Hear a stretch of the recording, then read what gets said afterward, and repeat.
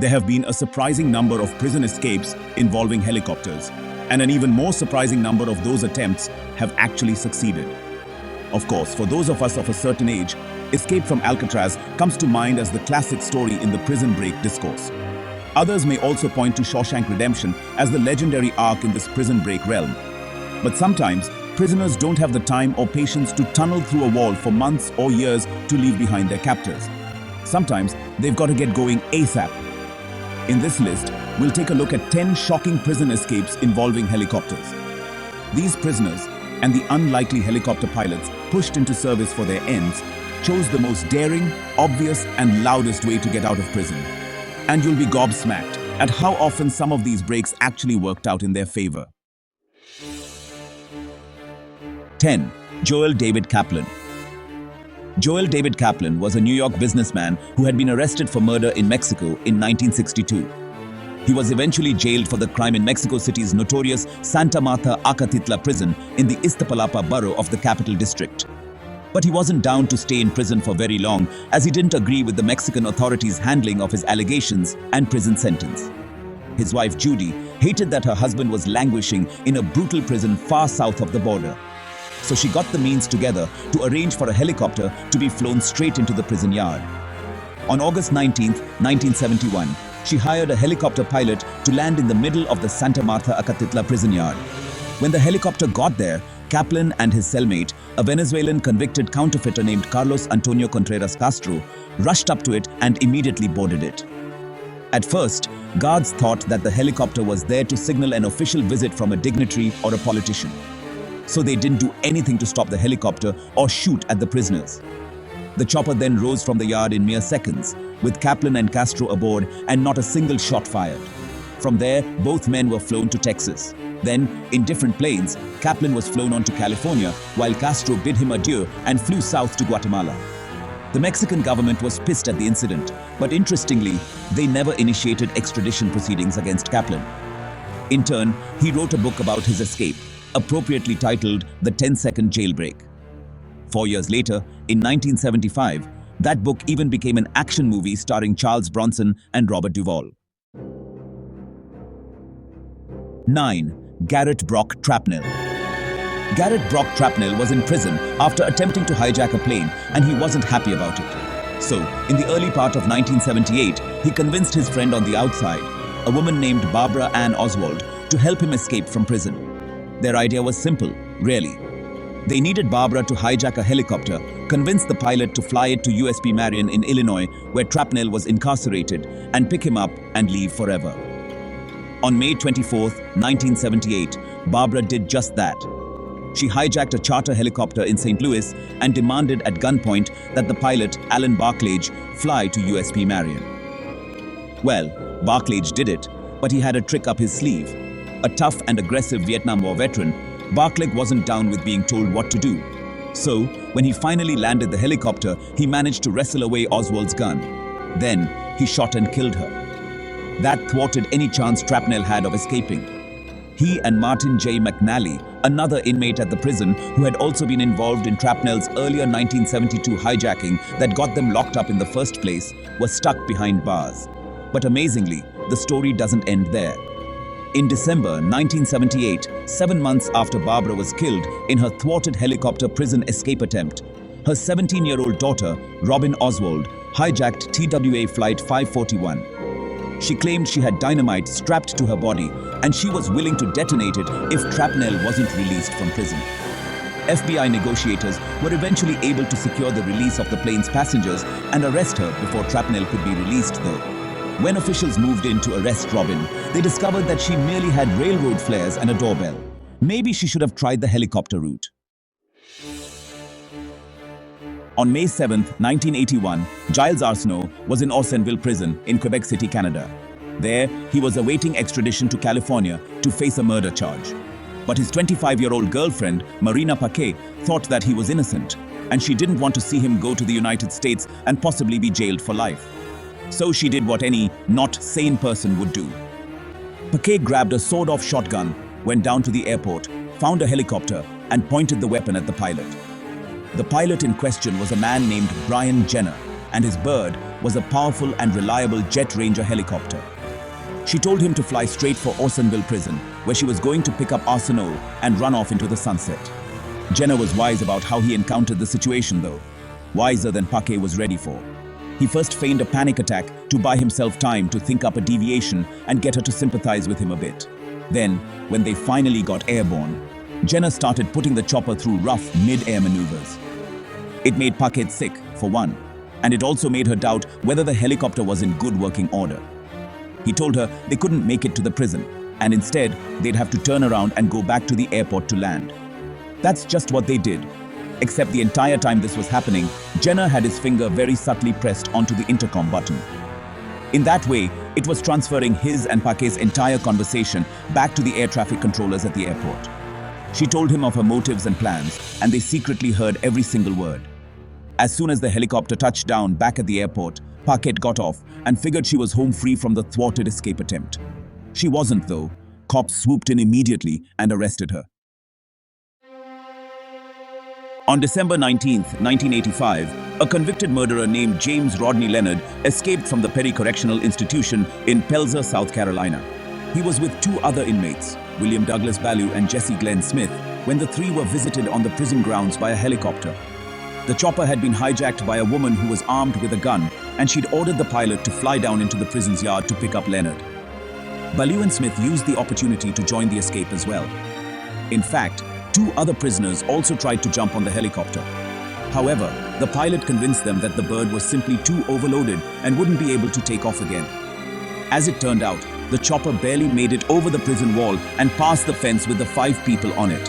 As the escape was happening, the prisoners used the hijacker's gun to shoot back at guards who had rushed in to try to prevent the escape. One guard was shot in the mouth and wounded in the rush of bullets. The helicopter actually did make it out of the prison, but just barely. Then it flew to a getaway car 4 miles away. There, the prisoners and the hijacker left the helicopter, got into the car, and drove off. A statewide manhunt was immediately initiated. 4 days later, on December 23rd, all 3 prisoners and the hijacker were caught by cops in nearby Camden County, Georgia. In 1985, Michel Vaujour was sentenced to serve 28 years in prison in Paris, France, after being convicted of attempted murder and armed robbery. Before he even was sentenced though, he was already planning his escape, and his wife Nadine was right there with him, thinking about springing the convict free. On May 26, 1986, at Prison de la Santé in Paris, that's exactly what they did. That morning, Vaujour managed to get rumors going inside the prison that several inmates had bombs and grenades and were threatening to detonate them. The scary reports surged through the jail and quickly got back to the guards. Alarmed just as they should have been, the guards sped off in large numbers to figure out which prisoners had these supposed weapons and how they might prevent a catastrophe. Simultaneously, Vaujour and another inmate named Pierre Hernandez had plotted out their escape plan. They intended to go up to the roof and catch the landing helicopter. Hernandez ended up backing out at the last minute, but Vaujour carried on with his plan. He climbed the stairs, snuck out of the inmate rooming spaces, and crept onto the prison's roof. There, he met Nadine in the waiting chopper, and they flew off together to a getaway car on an athletic field not far from the prison. Pretty amazing that the escape attempt worked so well, right? Well, it could have maybe turned into a long-term thing for Michel and Nadine, but they were caught just 3 days later, after committing a pair of bank robberies in Paris. So not only did the couple not leave the city and go far away like they probably should have, but they immediately started taking high-risk chances with brazen robberies just as soon as Michel was sprung free. Ah well, freedom may have lasted just about 72 hours in his case, but at least it gave the world an absolutely insane story to remember forever, right? It was a Romeo and Juliet story for the modern era. Except it also involved 2 prisons, 2 prisoners, and a hijacked helicopter. On October 28, 1986, a man named Ronald J. McIntosh simply walked away from a minimum security prison where he'd been serving some time on a low-level charge. He laid low for a week, and nobody really inquired much about him or where he was. Then, the proverbial heat began to rise on November 5th. That day, he hijacked a helicopter and flew it to Federal Correctional Institution Dublin in Northern California. Waiting inside that prison was a woman named Samantha Lopez. She had been incarcerated after being convicted of a 1981 bank robbery in Georgia. She was the love of McIntosh's life though, and the duo desperately needed to be together. McIntosh managed to get the helicopter to fly into the yard at FCI Dublin. There, they picked up Lopez and flew right back out. The duo then landed nearby and ran away to safety. For the next 10 days, they lived quietly, even as cops frantically began searching for them. Then, on November 15th, they were arrested at a California shopping mall. They had been in a jewelry store buying wedding rings for each other. Cops had been watching the bank accounts associated with the couple, and when McIntosh wrote a check at the mall to pay for the rings, they swooped in and arrested the pair.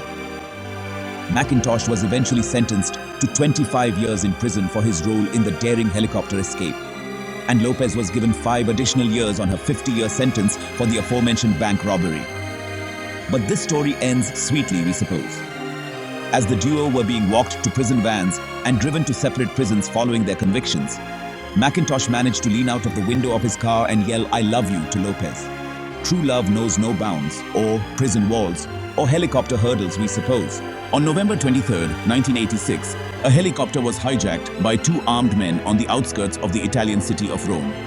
Then, the men forced the pilot to fly into the courtyard of the Prigione di Rebibbia prison in Rome. Once the helicopter got there, it lowered down into the maximum security yard and hovered less than 3 feet off the ground. More than 50 inmates were out in the yard exercising at the time. As the hijackers opened fire on guards and laid enough cover for the daring escape, 3 men rushed up to the helicopter to board it.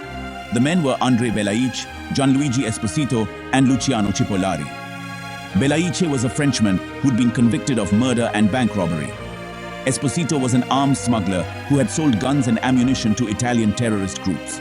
And Cipollari was also a murderer who'd been extradited from France over a slaying in Rome a year before. Cipollari slipped and fell while getting up to the helicopter, and he wasn't able to escape. But the other 2 men were flown directly to a nearby soccer field where they landed in the middle of a game. The soccer players were shocked to see the men jump out, run onto the street, go up to a person sitting in a car, and hijack the vehicle. They fled Italy altogether over the next 3 weeks. Still, on December 13th, authorities were able to track them down and return them to prison.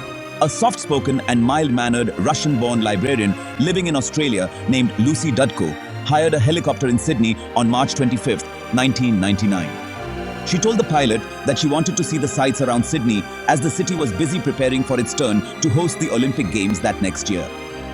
However, once they got into the air, Dudko pulled out a gun. Under the threat of death, she forced pilot Tim Joyce to land the chopper on the grounds of a nearby prison. There, her lover, John Killick, was serving a 28-year sentence for armed robbery. And he was waiting patiently for Dudko, as the 2 had been planning this daring escape for some time. Killick jumped into the helicopter while guards on the prison grounds started firing shots. Nobody was hit in the hail of gunfire, though.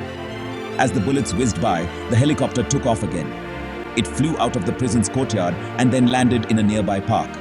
There, Killick and Dudko hijacked a taxicab at gunpoint. Over the next 6 weeks, they were able to somehow elude Australian authorities and remain on the run. But eventually, in May 1999, they were captured and arrested at a tourist park on the outskirts of Sydney. The case was widely followed in Australian media.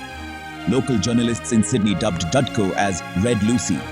After being tried and convicted of her role in the helicopter prison escape, she was sentenced to the maximum penalty available for her crime, 10 years in prison. She was eventually released in 2006 after serving about 7 years of that sentence. As for Killick, he went right back to prison and remained there to serve the rest of his sentence and then some. He was released in 2015, but one of the conditions of his parole is that he doesn't have any contact with Dudko until his 80th birthday, which was in 2022. On June 5, 2000, a sex offender named Stephen Whitsett hatched a daring helicopter prison escape while serving time at the Martin Treatment Center for Sexually Violent Predators in Martin County, Florida. Just after 1 p.m. on the 5th, corrections officers at the facility noticed a helicopter approaching the facility from the south. As cops would later come to learn, it was being piloted by a man named Clifford Burkhart. Burkhart was a student pilot and a former lover of Whitsett's who wanted the sexual offender to be released from prison by any means necessary. The helicopter landed inside the prison. Whitsett jumped on board, and the duo started to fly away. But upon trying to leave the facility, Burkhart's helicopter struck something as it was getting off the ground. It made it out of the perimeter fence but crashed about 100 yards, 91 meters, away from the compound. Whitsett and Burkhardt managed to escape unscathed from the low-altitude crash and went on the run. For about the next 26 hours, they were in the wind. Then, on the afternoon of June 6th, sheriff's deputies searched the area's open outdoor spaces via their own helicopter and found Whitsett and Burkhardt hiding out. They were lying low in a canal, standing in place in shoulder-deep water, just about 4 miles, 6.4 kilometers east of the prison. Cops swooped in on the ground and arrested both men. For his escape, as well as weapons charges related to it and his actions afterward, Whitsett was eventually sentenced to 25 more years in prison. In turn, Burkhardt was sentenced to 7 years of prison time, followed by 10 more years of probation. He was eventually released from prison in 2007. As for Whitsett, he was released from prison in 2016 and completed supervised probation of his own in 2018. On February 24, 2013, 2 men in Greece chartered a helicopter for a ride. Once up in the air, the passengers produced weapons and demanded that the pilot and technician fly to Trikala prison to pick up an inmate. At first, the armed passengers lowered a hook in an attempt to rip off the wire fence that surrounded the prison. When that failed, they dropped a rope down into the courtyard and picked up a prisoner named Panagiotis Vlastos. While Vlastos was climbing up the rope and trying to get into the helicopter, the 2 armed passengers started firing on guards using AK-47 rifles and Uzi submachine guns. One guard was injured in a watchtower after flying shards of glass struck him in the face. However, he was able to successfully return fire on the helicopter. During the shootout, Vlastos himself was shot and wounded. The helicopter's technician was also wounded, an unforeseen injury and an innocent person harmed amid the gun battle. Vlastos briefly managed to climb into the helicopter as it started to fly away, but at some point, he slipped and lost his balance. Just as the helicopter was rising up and out of the prison courtyard, from about 10 feet, 3 meters off the ground, Vlastos fell back down to earth. Guards grabbed him there and held him down, so close to freedom, but so far away. The helicopter was quickly grounded in the prison's parking lot, and the armed men were eventually taken into custody too. In the end, officials noted that the hijackers had fired more than 500 bullets from the chopper during the unsuccessful escape attempt. They even had what cops deemed to be improvised explosive devices that they thankfully did not use. By the way, if there's any topic in this video that catches your eye, just comment down below and let me know if you want me to make a separate video on it. I'd love to hear your thoughts. Wow, you guys have made it till the end of the video. And remember, according to YouTube, the best way to help the channel in the algorithm is to watch another one of my videos right after this one. So go ahead and check it out. Thanks for sticking around. See you soon. Until then, peace.